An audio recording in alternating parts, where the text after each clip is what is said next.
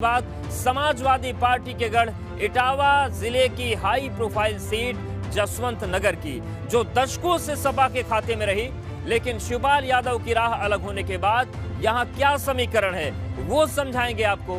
एक रिपोर्ट देखिए।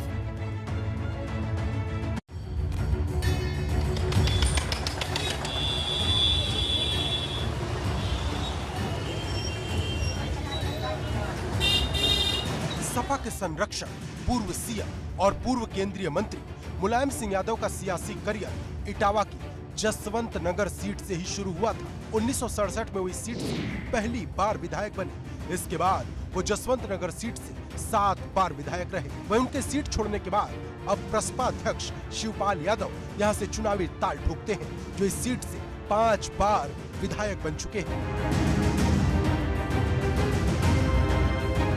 वहीं पिछले कुछ चुनावों में भाजपा से मनीष यादव मैदान में रहते हैं, जो लगातार जीत के मार्जिन को कम कर रहे हैं। और 2022 में क्या होगा, यही सबसे बड़ा सवाल है।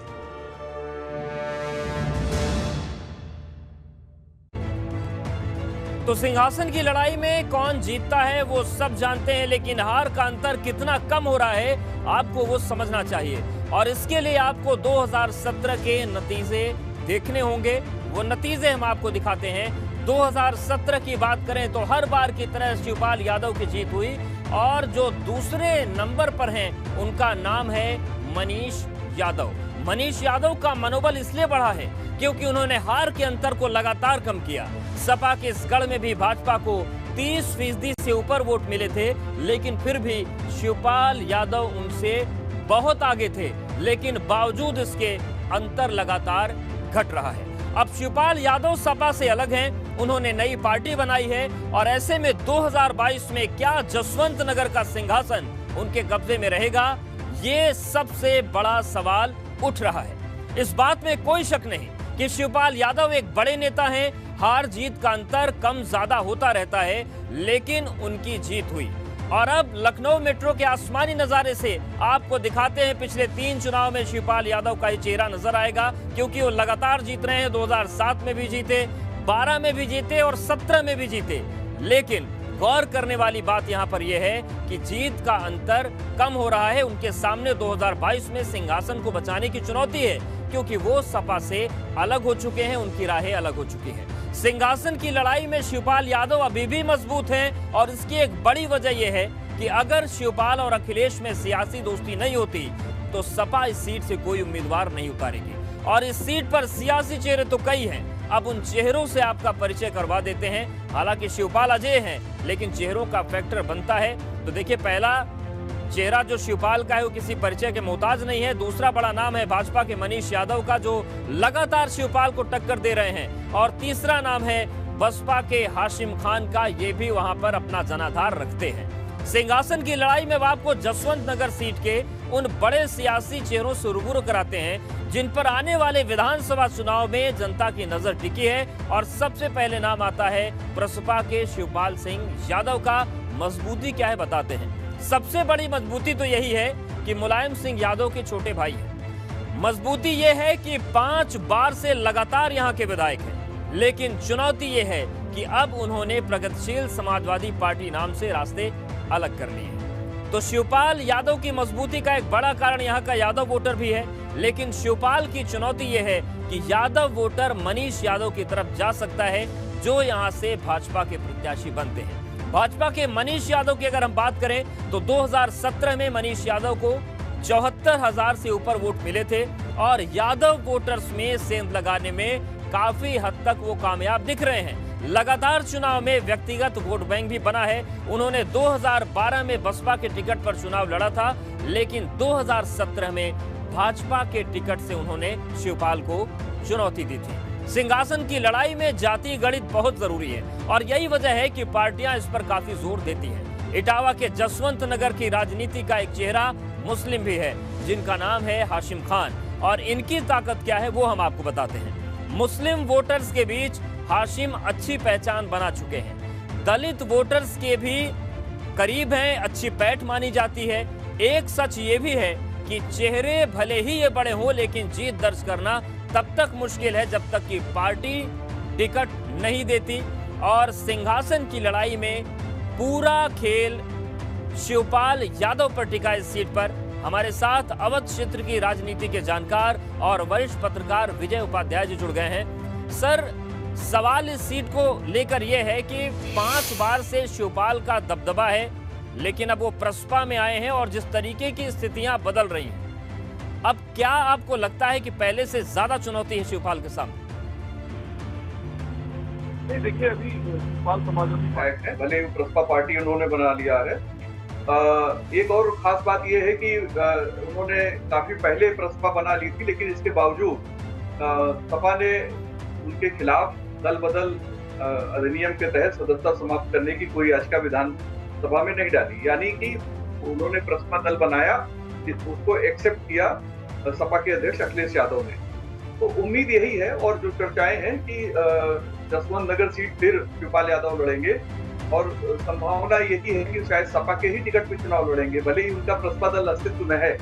जब तक दोनों एक दूसरे से पूरी तरह अलग होने की घोषणा नहीं कर देते हैं, तब तक ये माना जाना कि जसवंत नगर सीट संकट में है थोड़ा कहना मुश्किल है, क्योंकि जसवंत नगर एक ऐसी सीट है जहाँ पे समाजवादी पार्टी का दबदबा है। ये बात सही है कि वहाँ मार्जिन घटा है, लेकिन मार्जिन घटने के बावजूद उसके वर्चस्व में कोई कमी नहीं आई है। और अभी की जो परिस्थितियां हैं, उन परिस्थितियों में शिवपाल यादव की सीट सपा से लड़ने पर निश्चित तौर पे अनुकूल है, क्योंकि वहाँ जैसा यादवों की काफी बड़ी तादाद है, और फिर 2012 से सपा के दरमियान इनकी सरकार की दिनों में बहुत काम की है, बहुत से लोगों को नियुक्तियां दी, तमाम काम किए। तो ये जो इनका पुराना कामकाज है, उसमें कोई नया व्यक्ति चुनौती देगा तो उसका जीतना बहुत आसान नहीं है। एक ऐसी परिस्थिति है जैसे वो भाजपा के प्रत्याशी मनीष यादव पिछली बार जितनी मजबूती से लड़े थे, क्योंकि तब सपा के घर के भीतर जो झगड़ा था, तो झगड़े का इम्पैक्ट भी था जसवंत नगर सीट पर। और इस तरह की भी खबरें आई कि समाजवादी पार्टी भले ही समाजवादी पार्टी के टिकट पर शिवपाल लड़ रहे हैं, लेकिन अंदर खाने में उसका विरोध भी था। और अंदर खाने में सब कुछ जिस तरीके से चल रहा है, उसमें भी मनीष यादव के लिए कम से कम सियासी सपने कठिन है। हमारे साथ बने रहिए आप। अब आपको इटावा की जसवंत नगर सीट के उन मुद्दों के बारे में बता देते हैं जो 2022 विधानसभा चुनाव के लिए बेहद अहम साबित हो सकते हैं। शिवपाल यादव का दबदबा है, लेकिन देखिए मुद्दा रोजगार। कई उद्योग धंधे बंद हो चुके हैं, ये बहुत बड़ी चुनौती है, बहुत बड़ा मुद्दा है। इसके अलावा यहाँ पर बड़ा इलाका कृषि पर केंद्रित है, ऐसे में आवारा पशुओं की परेशानी बहुत बड़ी मुश्किल कर रही है। और तीसरा बड़ा मुद्दा यहाँ पर दाल मिलों का बंद हो जाना है, जिसकी वजह से बड़ी संख्या में लोगों के रोजगार चले गए और लोग परेशान हो रहे हैं। जसवंत नगर का इतिहास समाजवादी पार्टी के सितारों से सदा है। अब भाजपा के सामने चुनौती है कि कैसे यहाँ के सिंहासन पर कब्जा करती है। दोनों पार्टियों के दावे अपने अपने हैं। क्या दावे हैं, सुनाते हैं।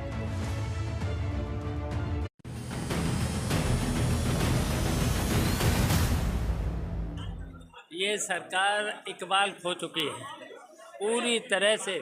हमेशा सरकार इकबाल से चलती है। ये नौकरशाही के बल पर, इसकी वजह से देखिए लाइन आर्डर पूरी तरह से ध्वस्त है, और लाइन आर्डर के साथ साथ महंगाई, भ्रष्टाचार चरम सीमा पर है। लोग व्यक्तिगत तौर पर समाजवादी पार्टी मुलायम सिंह यादव जी से जुड़े, तो उसका ही केस करते रहे शिवपाल सिंह यादव जी। मुलायम सिंह जी के नाम पर लोग यहाँ वोट देते थे, और मैं दो बार शिवपाल जी के खिलाफ चुनाव लड़ा, और 2 बार में अगर मैं चुनाव हारा हूँ तो माननीय मुलायम सिंह यादव जी के माध्यम से के कारण हारा हूँ, मैं शिवपाल जी से चुनाव नहीं हारा, क्योंकि यहाँ वोट जो भी है माननीय मुलायम सिंह यादव और समाजवादी पार्टी का। तो समाजवादी पार्टी जीती थी, मुलायम सिंह यादव जी जीते थे, न कि शिवपाल सिंह यादव जी।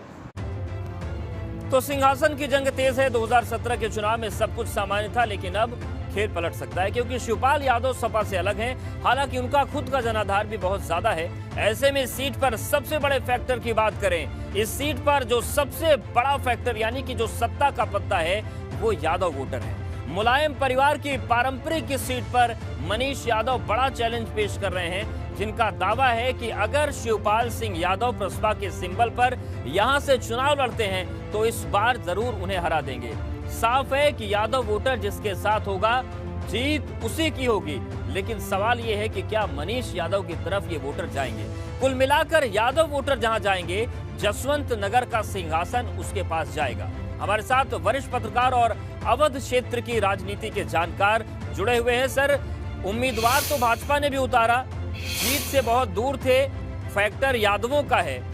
लेकिन क्या जो कमाल अमेठी में हुआ है उस तरीके की स्थितियां क्या देखने को मिल सकती हैं जसवंत नगर सीट पर भी, क्योंकि वोट का जो अंतर है वो कम होता रहा, हालांकि परिस्थितियां आपने बताई क्या कारण रहे? देखिए 17 से 22 की स्थितियां भिन्न है। मौजूदा सरकार 5 साल का कामकाज कर रही है।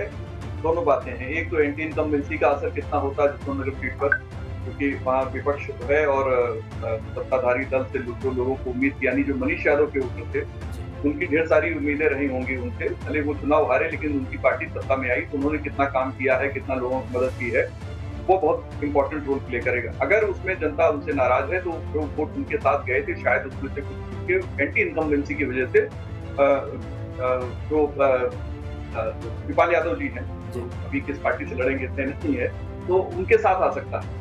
तो अगर ऐसी स्थितियां हैं तो उसका फायदा शिवपाल यादव को मिलेगा। लेकिन अगर मनीष यादव और भारतीय जनता पार्टी के लोगों ने वहां के जनता को ये भरोसा दिलाकर उनके दिल में जगह बना ली है कि नहीं हमारी सरकार है और हम आपके लिए काम कर रहे हैं, और उन्होंने रिजल्ट दिया होगा, तो उसका असर उनके चुनाव पर पड़ेगा, उनके वोट बढ़ेंगे और शिवपाल के लिए बड़ी मुश्किल खड़ी होगी। बिल्कुल, यानी कि लेकिन सर आप ये कहना चाहते हैं कि अगर हारने के बाद भी मनीष यादव ने सक्रियता बढ़ाई होगी तो उसका फायदा मिल सकता है, अगर हाथ में हाथ रखकर बैठे तो वो फायदा उनको नहीं मिल पाएगा।